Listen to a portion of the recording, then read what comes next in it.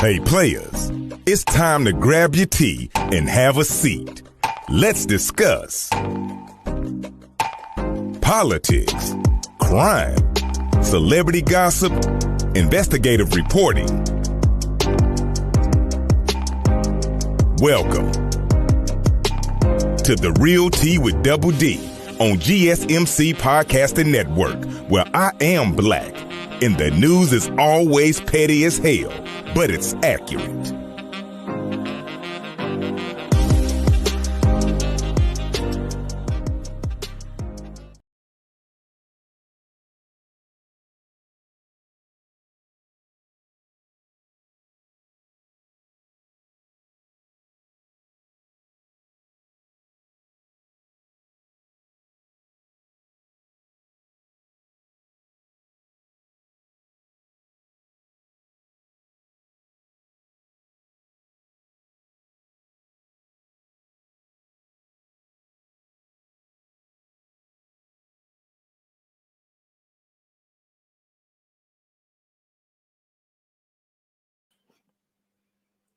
Y'all, tell me why I was just sitting here talking and nothing was happening. I declare, honey, what a disgrace. Y'all should be able to hear me now, honey. I was on mute. Let me try that again. Welcome to a brand new episode of The Real Tea with Double D. Of course, I am Double D, and we are on the GSMC Podcasting Network.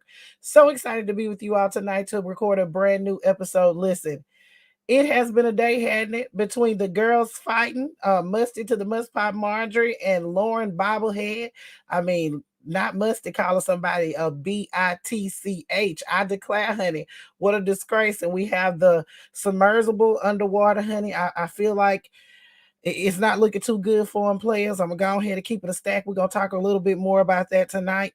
And also we got Adam Schiff being censured. I declare it is ridiculous and a hot boo-boo shitty mess. But hey, at least we here for it. I declare. So y'all go ahead and grab y'all tea and have a seat. Welcome out there in Facebook, YouTube, and TikTok world. I got my TikTok players over here tonight. Got my second phone set up that my husband got me. So we're going to go ahead and say hello to them. Thank you all for joining. And thank you all out there in Facebook and YouTube for joining me once again. And also out there in podcasting world, thank y'all so much for riding and flying with your girl, downloading and listening every single week, whether you're in your car or you're cleaning up on a Saturday morning, whatever it is that you're doing. I really do appreciate you for riding and flying with me once again, man. I know it's been one, so I appreciate it. Now I'm going to remind you all out there in Facebook and YouTube and TikTok world that I won't be able to interact with you as much as I would like to because I am recording this for my podcast and they can't see us, honey, so it won't be fair. But hey, we're going to make it do what it do when we need to make it do what it do, okay? So y'all go ahead and grab your tea, have a seat, sit back in your bed, whatever you're doing, lay back, because hunty, when I tell you I got it piping hot for you, I got it piping hot. So y'all grab that tea, let's get into it.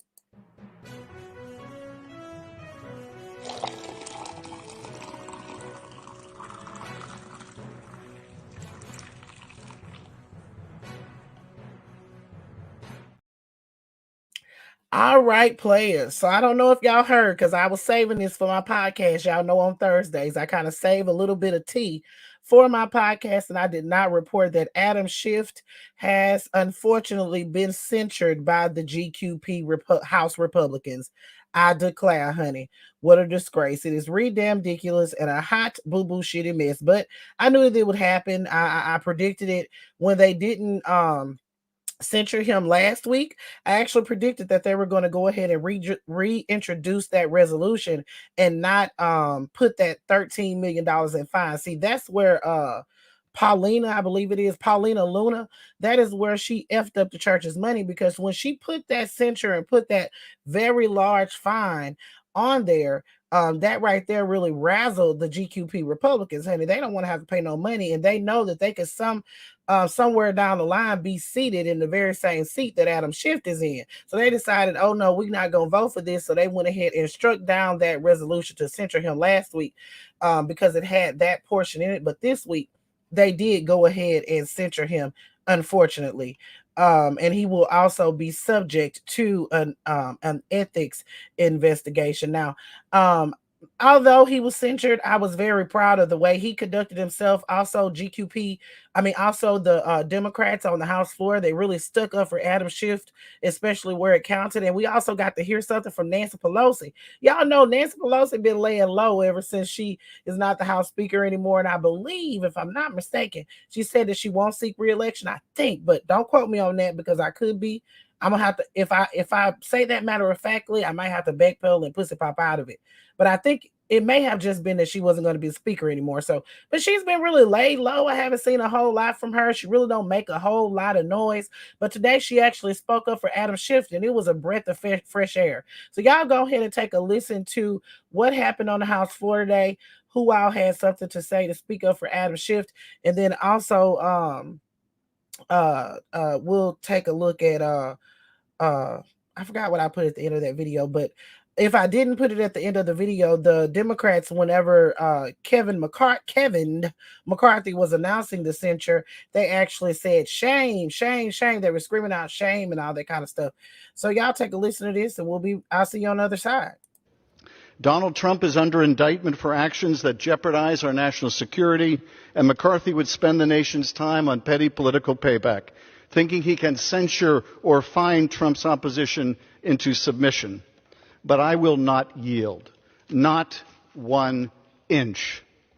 The cost to the Speaker's delinquency is high, but the cost to Congress of this frivolous and yet dangerous resolution may be even higher, as it represents another serious abuse of power.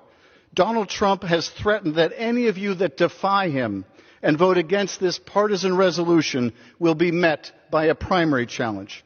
But don't take my word for it. Just read Friday's statement by the twice impeached inciter of insurrection, sexual abuser, defamer of women, and indicted pilferer of national security secrets, war plans, and top secret classified documents himself. Damn! Thank you, the distinguished gentleman from Maryland. Boy, is Adam Schiff powerful. He can at once be the chairman of the Intelligence Committee, the special counsel investigating Donald Trump, manage and run the FBI, and be a judge ruling on FISA applications. It is remarkable that he, from his perch in Congress, can do all of that. Of course, he didn't do any of that. All he did was properly impeach the President of the United States for his gross abuse of power. One of my colleagues says, "We will hold members accountable." You are the party of George Santos. Who are you holding accountable? The guy is an alleged and acknowledged liar and indicted, and you protect him every day. Don't lecture us with your projection and your defense of Donald Trump. It's pathetic, and it's beneath you, and it's beneath this body, and I yield back. Today, we are on the floor of the House where the other side has turned this chamber, where slavery was abolished, where Medicare and Social Security and everything were instituted. They've turned it into a puppet show. A puppet show. And you know what?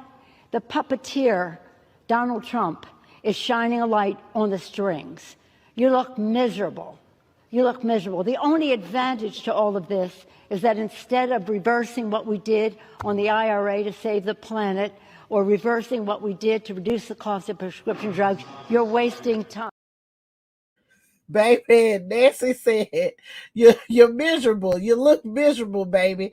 And they are. They really are miserable and pathetic. And they know it. They know that it is completely embarrassing what they are doing. But hey, they're trying to stay in office, honey. And they feel that as long as they stick by frumpy dump side, then they will be able to stay in office. Nancy Pelosi is 100% correct in her sentiments there. I agree with all of them. Dan Goldman from New York, baby. Snap, snap, snap, snap, snap.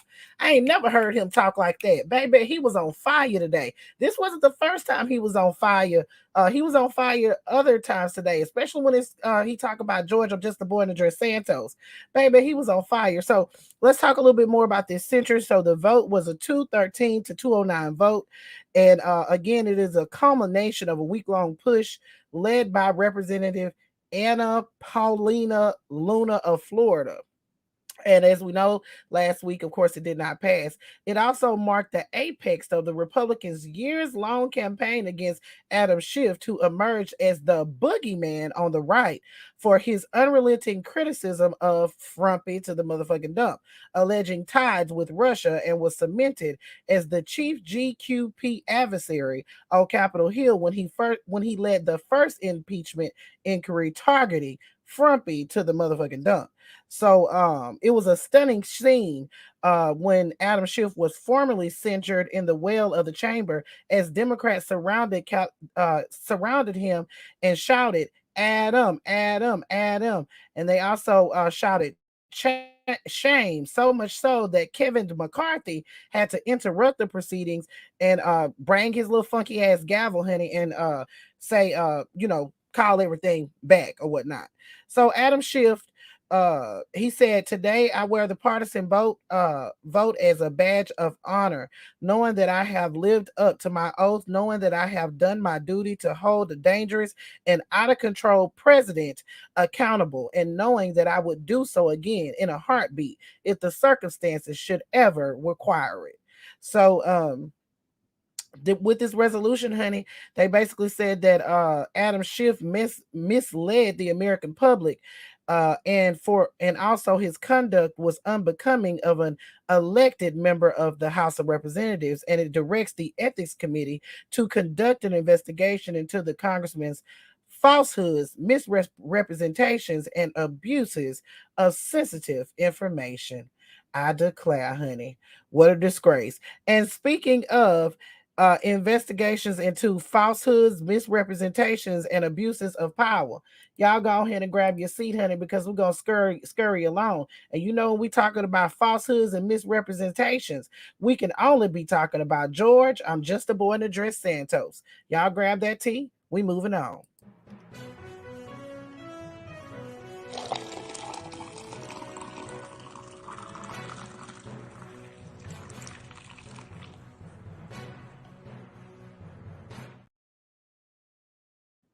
So, George, I'm just a boy in a dress, Santos, honey. I declare, what a disgrace. Y'all know George has been fighting and fighting and fighting to keep his the people who paid his bail names from being revealed, honey. He does not want that information to come out. Now, he's saying he doesn't want it out because he doesn't want them to be harassed or anything to that effect, but I'm going to beg to differ, honey. He knows what's going to happen once these people come out. We're going to be digging all into their background to see exactly where they got that money from, because if they tied to George, I'm just a boy in a dress, Santos, it got to be something stinking in that water.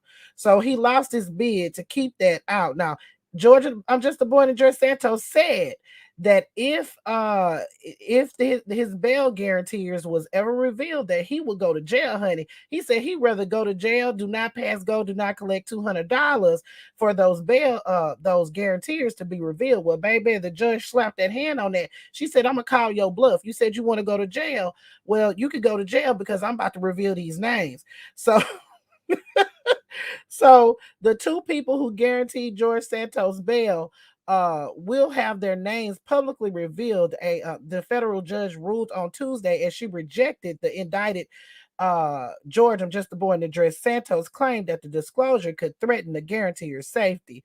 U.S. Judge Seibert of Central New York said the names will be made public on Thursday afternoon.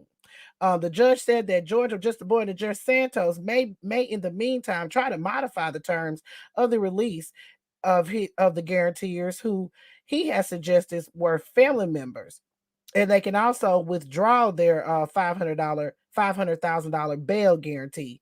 Now, George, just the boy to George Santos, again, he has suggested that he will go to jail rather than release those names. Well, baby, that judge said, if you want to go to jail, you can go ahead and do that. I declare, honey, what a disgrace. George, I'm just a boy to George Santos. And speaking of him, honey, there's been a little bit more push on his ethics investigation, because we got Adam Schiff being censured, but the Republicans continue over and over and over again to protect George, I'm just a boy to George Santos. Adam Schiff was not found guilty of any crime. Hell, he hasn't even been indicted on any crime, but they censured him. But George, I'm just a boy to George Santos is running around here all willy-nilly, actually co-sponsoring the censure of Adam Schiff. He was one of the ones that was loud and proud last week. I showed y'all that, honey. He was flaming. So Dan Goldman once again said, hey, George, I'm just born to George Santos. Let me slap that hand real quick. We need to tap into this ethics investigation and go ahead and force the hand of the GQP. Y'all take a listen to Dan, baby. He is loud and he's right. Well, obviously, we have no faith at this point. George Santos should have resigned months ago when it was revealed that he lied about his involvement, his parents' involvement in 9/11, his grandparents' involvement in the Holocaust, his connection to the Pulse nightclub shooting. It's not just lies about his background and education. It's lies about some of the most tragic events of the last century that he's trying to take advantage of. And he's now been indicted, including for making false statements to the House of Representatives. So he is a complete fraud that deceived his voters to get here. And there's no place for someone like that. Yet Speaker McCarthy continues to protect him because he is putting his politics over the people's representation. He is trying to make sure that he has as many votes as possible. And that's clearly why he's protecting George Santos. He himself said in May, when they moved to refer the resolution to expel him to the Ethics Committee, where it already was, that he would ask for an expedited investigation to report back in 60 days. And so that's what we're trying to hold him to see whether he is a man of his word. I don't have a lot of faith in that he will do that because he has demonstrated that he will protect George Santos at all costs, but that's what we are asking for here. I declare, honey. So Dan said, hey, I got to slap your hand a little bit. So he went ahead and they wrote into the Ethics Committee for an update on the investigation. They really want George, I'm just aboard to George Santos to be held accountable. But if we wait on Kevin McCarthy to hold him accountable, honey, we're going to be like this. I would kick off my shoes and relax my feet like Fantasia do. When she have the concert saying, baby, I am going to. If Georgia Justice Boy and George Santos gets censured by the GQP, honey, that will be the day for me. I promise. I don't know what I'm going to do, honey, but I know I'm going to kick off my shoes like Fantasia, honey, and sing that exact song. All right, players, y'all go ahead and grab your tea and have a seat, honey, because it's time for us to talk about Mr. POP holding it down himself. From me to the motherfucking duck. I'm innocent. I ain't do nothing. I don't know what's going on. All I know is my side of the story. I can't tell no other story. I'm innocent. And Mama, I love you. POP, hold it down. Right there.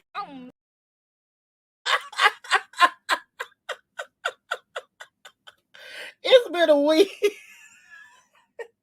It's only Wednesday, and it's been a week for Frumpy to the motherfucking dump. It was a hump day, and it was a week for baby. When he did that interview with Brett Baer, honey, they was dragging him all over Annalise Keaton's internet. Every single attorney that I saw said Frumpy Dump is the worst client that was ever created. This is why this man cannot keep an attorney, honey. It is an embarrassment. It is literally an embarrassment. But Frumpy Dump, today he's trying to move on from the debacle that was his appearance on Brett Baer. So he has decided to go ahead and attack none other than Ron DeSantis. Y'all go ahead and listen to Frumpy Dump try to attack Ron DeSantis. I'm sorry. That POP holding it down gets me every single time. Y'all take a listen to this. Oh. Florida was the third worst state in deaths by COVID. That's your scorecard. It's a sad scorecard.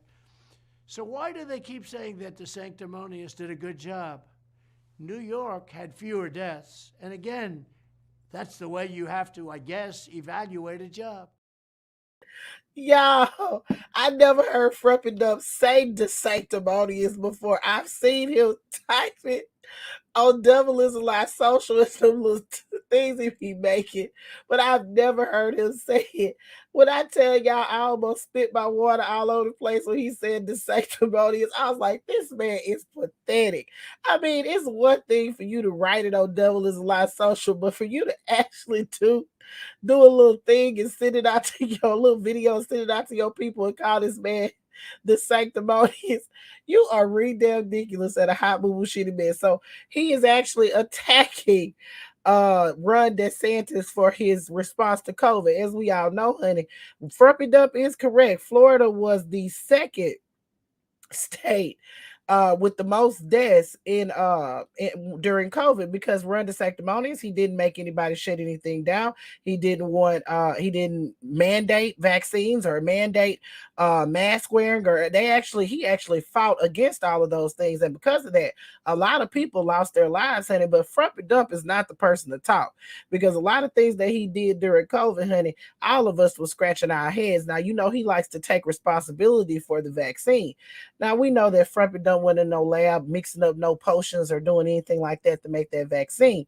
And we also know that he didn't do anything to help it hurry along, you know, but he likes to take credit for it. That's the reason why he will always attack Ron DeSantis when it comes down to that. But in my opinion, he has no room to talk, honey. And speaking of talking, baby, it seems that Fani Willis is going to be talking really soon to a grand jury. Oh, yes, honey. It's true. According to reports, Georgia court has sent out summons for a new grand jury pool that could hear Frumpy Dump's case. Now, the grand jury summons have gone out in Georgia in connection with the case against Frumpy Dump, according to news reports. Fulton County District Attorney Fannie, some people be telling me I say that wrong, but I feel like is it Fannie or Fannie? Either way, Miss Willis, we're going to call her Miss Willis, will show the evidence in the 2020 election investigation to the grand jury in the coming months. According to this report, if you live in Fulton County, you've recently received a jury summons, there's a chance that you could be picked or selected, because I hate that word. You could be selected to hear the case against Frumpy to the motherfucking dump and his allies.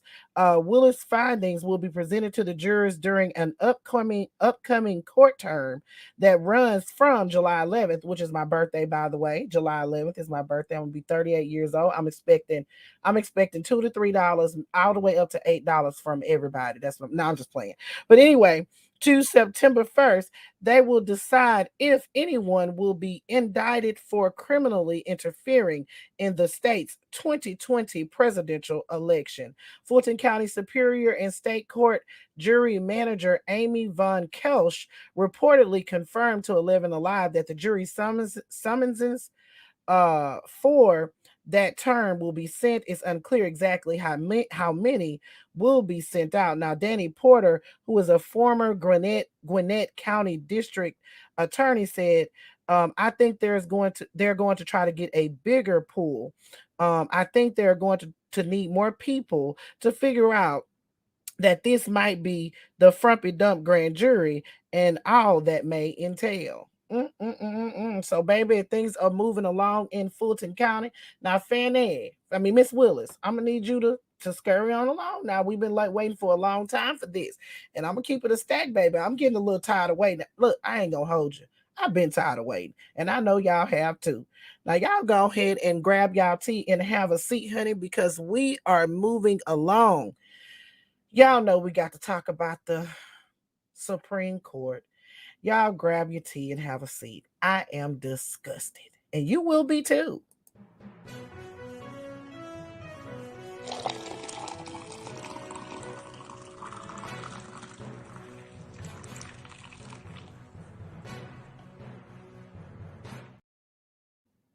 All right, players. So, as I reported yesterday, if you are following Double D on all of her social media platforms, then you know that ProPublica was to drop a bombshell. Now, listen, another bombshell, because they have once again been out here doing the Lord's work.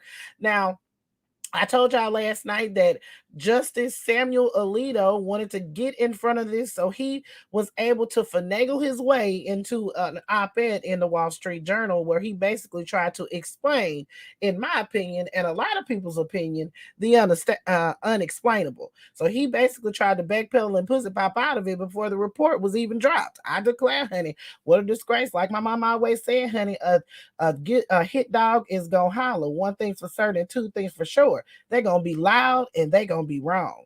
So, baby, let's go ahead and get his picture up here, honey, because ProPublica has once again been doing the law's work and said that Justice Alito took a luxury fishing vacation with GQP billionaire who later had cases before the court. Now, listen, this is not an alleged situation. This definitely did happen. Y'all see the photo? That's Judge Samuel Alito and Paul Singer. They out there, honey. They got themselves a big fish and a big fish.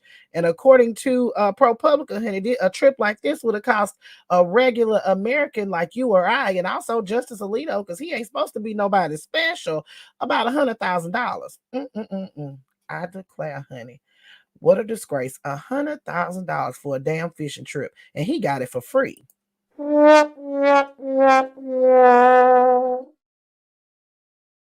So according to ProPublica, in early July 2008, Samuel Alito stood on a riverbank in a remote corner of Alaska. The Supreme Court justice was on vacation at a luxury fishing lodge that charged more than $1,000 a day. And after catching a king salmon nearly the size of his leg, Alito posed for the picture. To his left was a man beaming, and his name was Paul Singer, a hedge fund billionaire who has repeatedly asked the Supreme Court to rule in his favor in high stakes business disputes. Singer was more than a fellow angler. He flew Alito to Alaska on a private jet. And if Alito had chartered that plane himself, it would have exceeded $100,000. In the years that followed, Singer's hedge fund came before the court at least not one, not two, not three, but 10 damn times.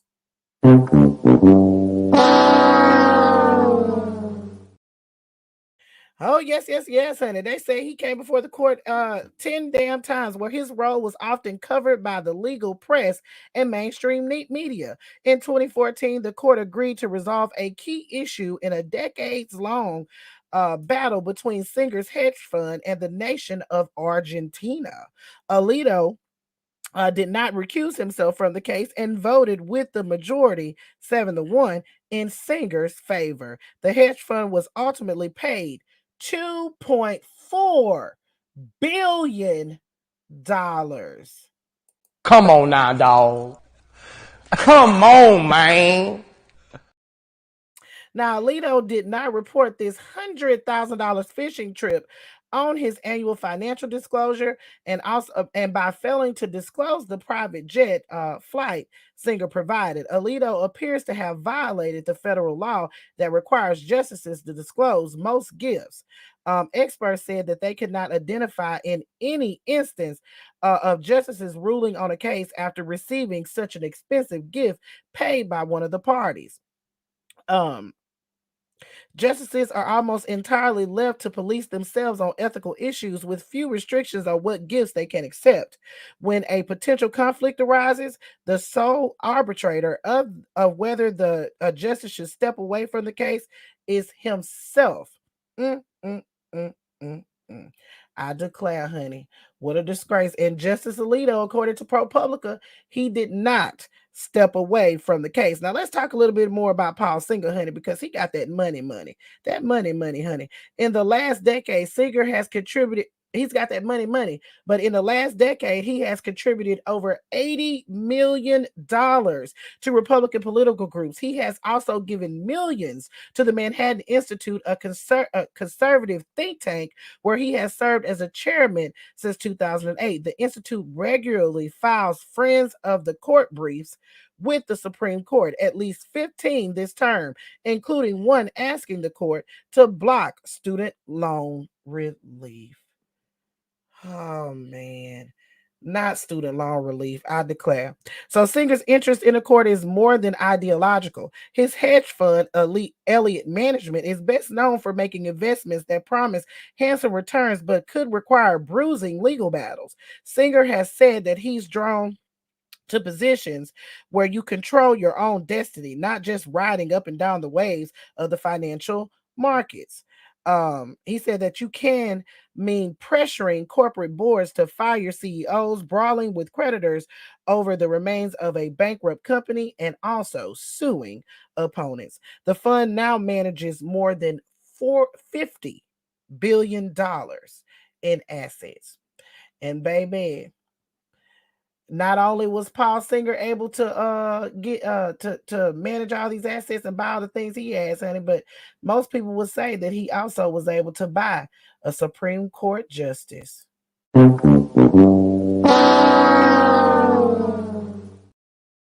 I declare, honey, what a disgrace. So as I told you before, I reported yesterday that Justice Alito was trying to get in front of this whole thing. He basically said, look, I didn't basically I went on this trip at the very last minute, and I jumped on there, and the seat would have been vacant if I would have never came. And I didn't feel like I had to disclose this information to on my disclosure forms because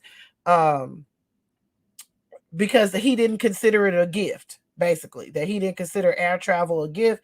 And he also stated that if he had gotten a commercial flight, then that would have been an inconvenience for the Marshal Service. So that's the reason why he didn't disclose this. And he didn't speak to why he didn't recuse himself. He basically said that ProPublica was unethical for doing this and that he did absolutely nothing wrong. I declare. What a disgrace. Come on now, dog. Come on, man.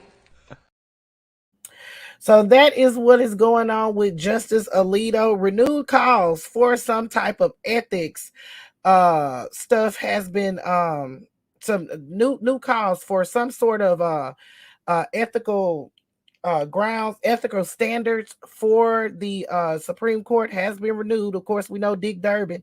He came out first, honey. He said the highest court in the land should not have the lowest ethical standards. But for too long, that has been the case with the United States Supreme Court. That needs to change. Dick Durbin said this in a joint statement with Senator Sheldon Whitehouse, who chairs a subcommittee with jurisdiction over the federal judiciary. The statement by Dick Durbin and Whitehouse took aim at Chief Justice Roberts, saying that the Supreme Court is in the midst of an ethical crisis of its own making, and they could resolve this today, but he has not acted. I declare, honey. What a disgrace. So that is what's going on with Justice Alito and the Supreme Court.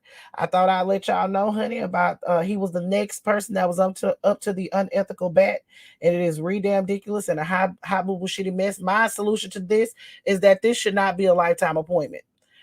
Supreme Court, I don't even know why that's a thing. You know what I'm saying? For just because you a judge, you should have a lifetime appointment. I think that's damn ridiculous. I also think that Supreme Court justices, I believe all judges should be voted upon. I don't think that they should be appointed.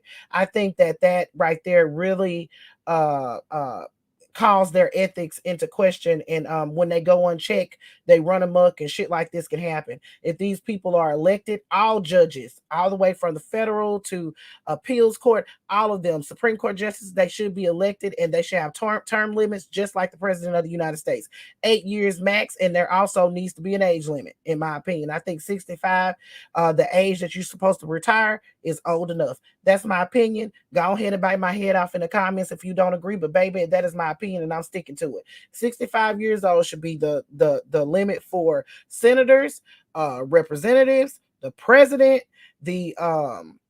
for judges. I think there should be a limit on that, and that's my word, and I'm sticking to it. All right, players, y'all go ahead and grab your tea and have a seat, honey, because speaking of term limits and things like, well, that really don't go together, but y'all grab y'all tea and have a seat, because we moving on, honey. We got to talk about corrupt ass Ken Paxton. I'm not gonna let this go. We're gonna talk about this shit.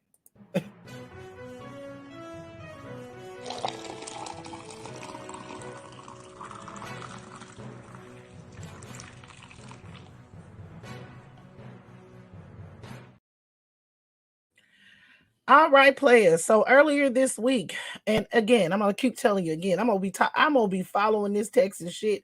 So if you want to keep up with it, baby, you better be following me, because anytime anything come down, honey, Double D reporting on it, because I want to know what's gonna happen with Ken Paxton, honey. Texas is one of the most corrupt states ever. Texas, Florida, Mississippi, they are corrupt as crap. And when y'all hear all this stuff that I'm about to come with y'all gonna understand why I'm saying this, honey. So, okay, so we know that Ken Paxton has been impeached. Now, he was impeached because he asked for $3.3 million to pay off a settlement for all of the wrongdoing that he has done. Now, he wasn't impeached for the wrongdoing that he has done. An investigation was only conducted on Ken Paxton when he asked Texans to pay $3.3 million. If he had never done that, his corrupt ass would be still sitting up there and ruling over Texas the way that he has done. But since he did that, honey, that caused the House GQP to get their panties in the wad, and they went ahead and investigated his asses. So he was impeached. So now we get the situation where the Senate has to set the rules for the trial for him to be impeached. Let me backpedal and pussy pop. Ken Paxton has been suspended. There's been an interim attorney general appointed, and he's also unpaid at this point. That's going to make sense to you when I get to the latter part of this, but he ain't got no money coming in right now. Okay, very important that we note this.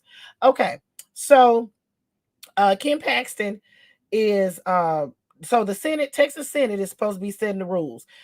Texas State Senate. Now, every single damn day, they supposed to be going in to do these rules, honey. Guess what they've been doing? I want y'all to look at the screen.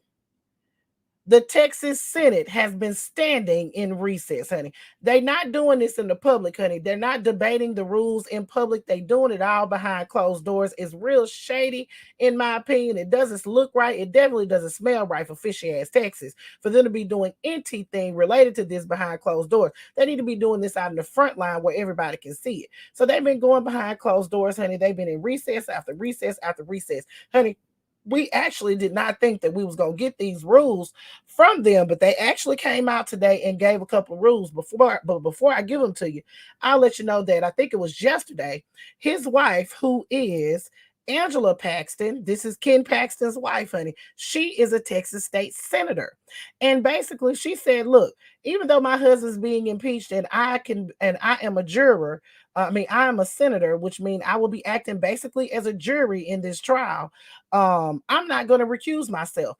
It is my duty as a senator to preside, to cast my vote and do this on behalf of my constituents. Never mind the fact that it looks shady as hell for you to sit up there and vote on whether your husband could be impeached, for you to sit up there and actually debate the rules and set the rules for his impeachment trial. Make it make sense before it, because it fucking doesn't. It really freaking stinks. And that should have never been the case, honey. But she made this statement, honey. She was grandstanding. Like she was going to be up there and she was going to cast that vote, honey. That's what she was doing. Now, me personally, I would have went ahead and recused myself, because y'all remember, and I don't want to make this too long, but y'all remember when they impeached Ken Paxton, the GQP, the House Republicans down there was talking about, oh, this is not right. Y'all not doing this correctly. The procedure is all wrong. It just looks shady. You need to do this the right way. You haven't done it like they did it back in 1975 when they impeached the old governor and blah, blah, blah, and all this kind of stuff. But now in 2023, you got the wife of a person that's supposed to be impeached help setting the rules for his impeachment trial, and also could be the deciding vote on whether he is impeached. Make that make sense, because it effing doesn't. It will never make sense in no way, shape, form, or fashion. If that makes sense to you, then you're crazy as hell. Even I wouldn't do that. And I love my husband more than life itself. But I would recuse myself, because I wouldn't want my constituents to feel like something was stinking in that water. So she said she was going to do it, honey. But tonight the rules came down. And some of the rules came down. So the Texas State Senate has done the right thing, and they have barred Angela Paxton from voting in her husband's impeachment trial. So they actually did the right thing, honey. They had to make Angela Paxton backpedal and pussy pop out of this situation, honey, because she really didn't need to do that shit at all.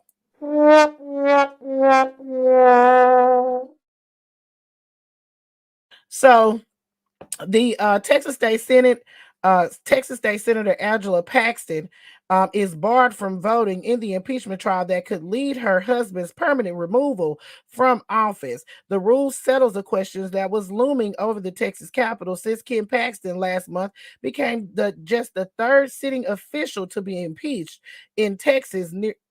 Nearly 200 in Texas's 200-year history. Angela Paxton has previously said that she was not going to recuse herself from voting in the trial where her husband of more than 30 years, who actually cheated on her very publicly, and this is actually a part of this crap, will face charges that include abuse of power and accepting bribes.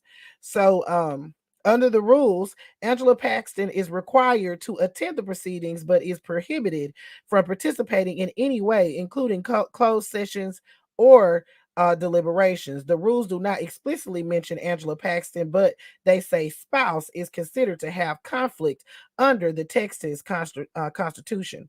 Under the rules, senators are prohibited from publicly speaking about the case. So, of course, she didn't respond to requests for comment. Now, there's a little bit of question regarding the fitness of Dan Patrick. Now, I'm the lieutenant governor. Now, he's supposed to act as the judge in the impeachment trial. Now, look, if there's ever been a question regarding somebody's fitness to preside over anything, honey, it would be Dan Paxton. Dan Patrick. Now, let's go ahead and go travel back down memory lane to where Dan Paxton said that he would give $1 million to anybody who was to find voter fraud, honey. And John Fetterman trolled his ass all over Annalise Keaton's internet, honey, and I joined in the fray. Baby, it was something to behold. So then he had to eventually pay the money to a Democrat that found Republican voter fraud. I declare, honey.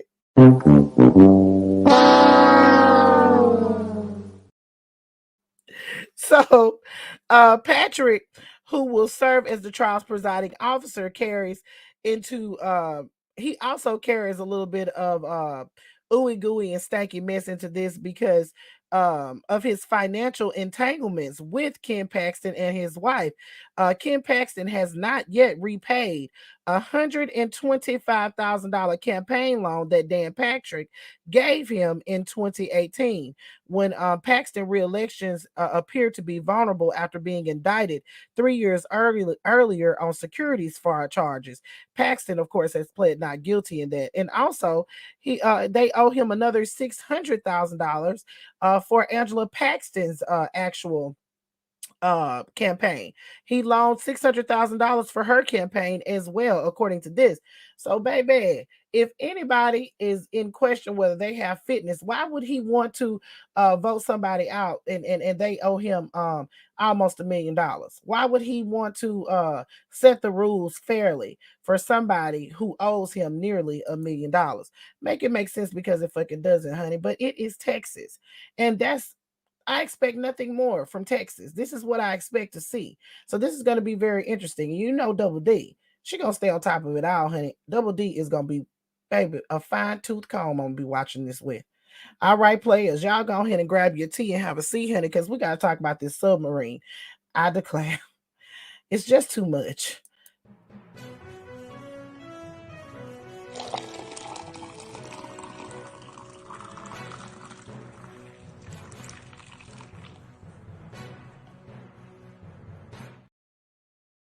All right, players. So it is now time to talk about the submersible. I called it a submarine yesterday on my video. I guess there's a difference, but anyway.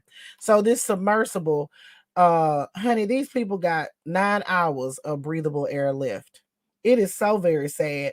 There's been a lot of joking. We can't do anything serious, especially on Black Twitter. There's been a lot of jokes about this, but at the end of the day, honey, we got a 19-year-old on board.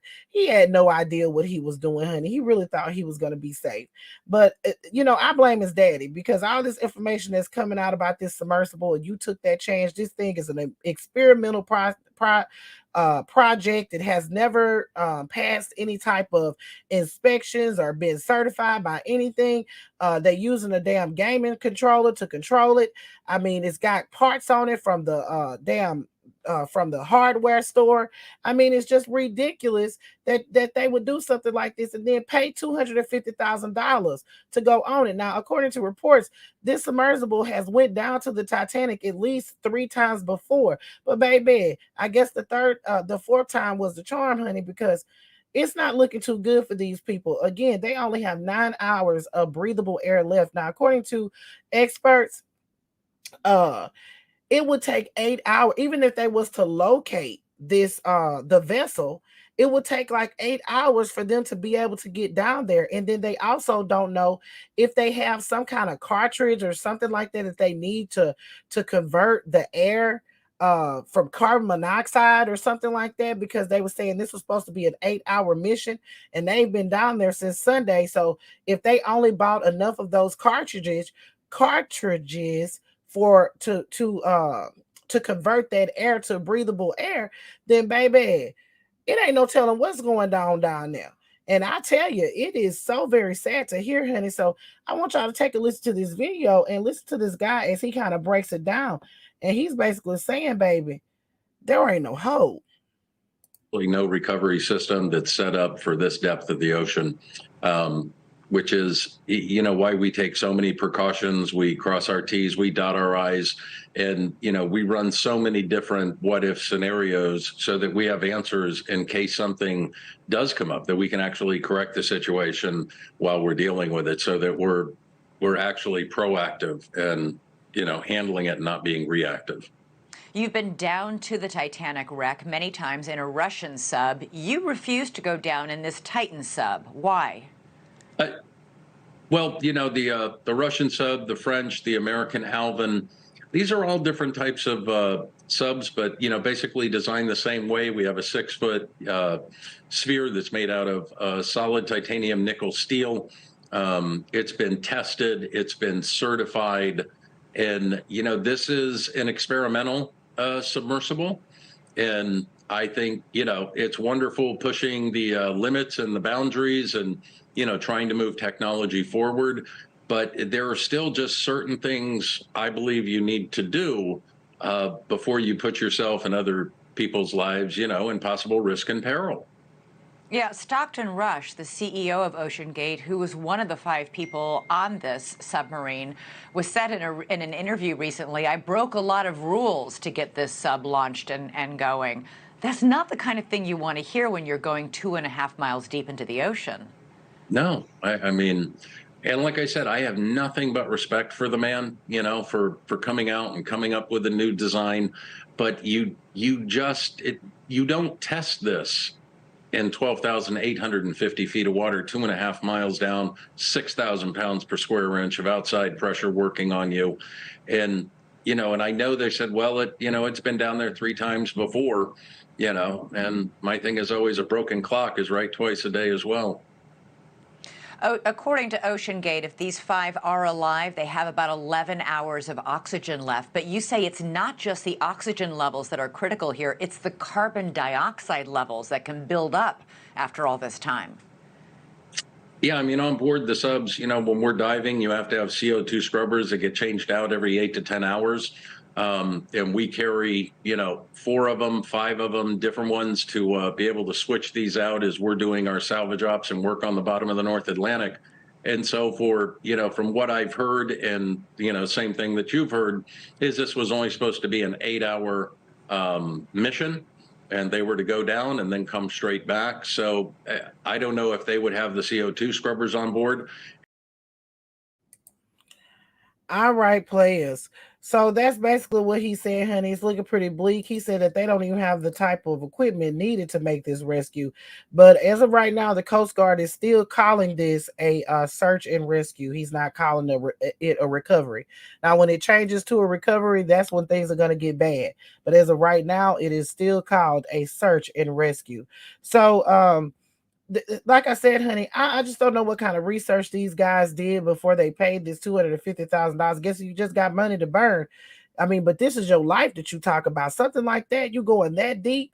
I mean, there ain't no way out. I mean, I just don't understand. I heard they was even locked, like they locked to the ship from the outside. Now, I don't know if that's true or not, but that's something that I had read somewhere. So and then also this company that owns this has faced a massive lawsuit before over the depths that it can go. A former Oceangate employee, David Lockridge, voiced his concerns about the safety of the sub. And when he did that, honey, he was actually fired for doing so, retaliations. He voiced his opinions and they came to light as a part of a breach of contract related to Lockridge refusing to greenlight manned test of the early models of the submersible over safety concerns. Again, he was fired, and then Oceangate sued him for disclosing confidential information about the Titan submersible. In response to that, Lockridge filed a counterclaim where he alleged wrongful termination over being a whistleblower about the quality and safety of the submersible. I declare, honey, what a disgrace. So it's not looking too good for them, honey. I hope for the best for them, but it's not looking too good for them. Now, there's another thing that has came out, and this just came out tonight. And I wanted to go ahead and put this out in the atmosphere. And before I do that, though, let me start that back over again. I hope that they are found. Although they're billionaires that had no business doing this, like I said, it's a 19-year-old on there. I really hope that they are found, and everybody, including the people that are looking for them, everybody is brought out safely. That's my hope and only wish. Now, I'm gonna keep it a stack. It's not looking good for them, but I hope, and sending positive vibes that way. Although people are joking, I know no one is really serious about, wanting these guys to, this whole situation. I just know that's not the case. So again, I want to put that out in the atmosphere, honey. Just make sure that y'all understand that I'm wishing positive vibes and that everybody is found safely. All right, players. So there's another thing about this sub. If you're looking at this picture up here, this is Ida Strauss and her husband Isidore, and they were first-class passengers on the Titanic. And according to reports, honey, the wife of Stockton Rush, who is the pilot on the Titan, is descendants of these passengers that died on the Titanic on April in 1912, honey. I declare, honey. This is so very sad. So the wife, and I think I got a picture. Did I get the picture? No, I didn't. So the wife of Stockton Rush, the Oceangate CEO, who was at the helm of the Titanic-bound submarine when it vanished, is descended from two wealthy first-class passengers who died when the ship first sank in 1912. Wendy Rush is the great-great-granddaughter of Isidore Strauss, who co-founded Macy's department store, and Ida Strauss, who were among the wealthiest people among the Titanic's ill-fated transatlantic voyage. The Strausses are remembered for their moving display of love as the ocean liner infamously sank into the North Atlantic after hitting the iceberg. Survivors reported seeing Ida Strauss refuse a spot on the lifeboat as crews tried to save as many women and children on board as possible. Instead, she decided to remain on board the ship with her husband of more than 40 years. The couple were spotted standing arm in arm on the Titanic's deck as it sank into the icy waters. Their tragic love story was depicted in the movie Titanic. I got that picture up there for you, where they showed a scene of the elderly couple holding onto each other in bed as the water rose around them. Now, Wendy Rush, who is Stockton Rush's wife, is descended from one of the couple's daughters, Minnie Strauss. Minnie Strauss was married to Dr. Richard Well in 1905, and their son, Richard Well Jr., served as the president of Macy's New York. His son, Dr. Richard Well III, is Wendy Rush's father. Joan Adler, the executive director of Strauss Historical Society, told that to the local paper.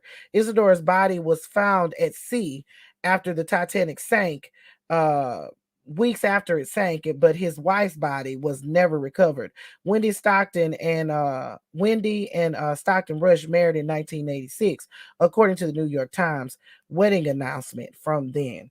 Her LinkedIn page lists her as the communications director for Oceangate and indicates that she's been on 3 trips to the Titanic wreckage over the past 3 years. She is also a longtime board member of the company's charitable organizations.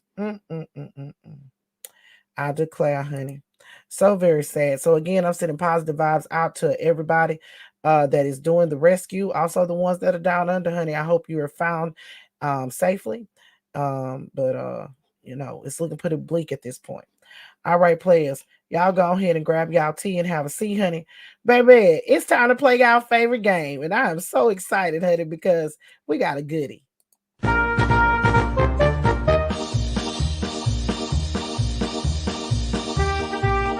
Players, it's time for another riveting episode of Play Stupid Games, Win Stupid Prizes. All right, players. So it's time for another riveting episode of Play Stupid Games, Win Stupid Prizes. And today, excuse me, y'all. And today's recipient of the Stupid Prize Award is Daniel Rodriguez. I declare, honey, what a disgrace. Now, Daniel Rodriguez is the man who attacked Michael Fayon, Washington, D.C.'s police officer, Michael Fayon, on January 6th with an electroshock weapon, and he attacked him in the neck on January 6th. Now, Daniel Rodriguez was one of the more violent people there on January 6th, and he was seen beating police officers with sticks. He was seen attempting to tase them. Some of them he attacked officers with a wooden pole. He sprayed the line of defense with fire extinguishers. And inside the tunnel, another member of the mob gave Rodriguez an electroshock weapon, and he launched it at police. After Fayon was dragged out of the tunnel by the rioter and pulled from the crowd, Rodriguez used the weapon against Fayon, shocking him twice in the neck. With his electroshock weapon in hand, Rodriguez reached his arm toward the side of Officer Fayon's neck, landing the device on the side of his neck below the left ear. Officer Fayon screamed out in pain. After Fayon was able to retreat to the line of officers, he became unconscious. Rodriguez wrote on his group message while the riot was still unfolding that he tased the F out of Blue. Fayon suffered a heart attack and traumatic brain injury from the rioters' assault. After the attack on Fayon, Rodriguez went inside the Capitol, attempted to break a window in the building, and told others to look for intel.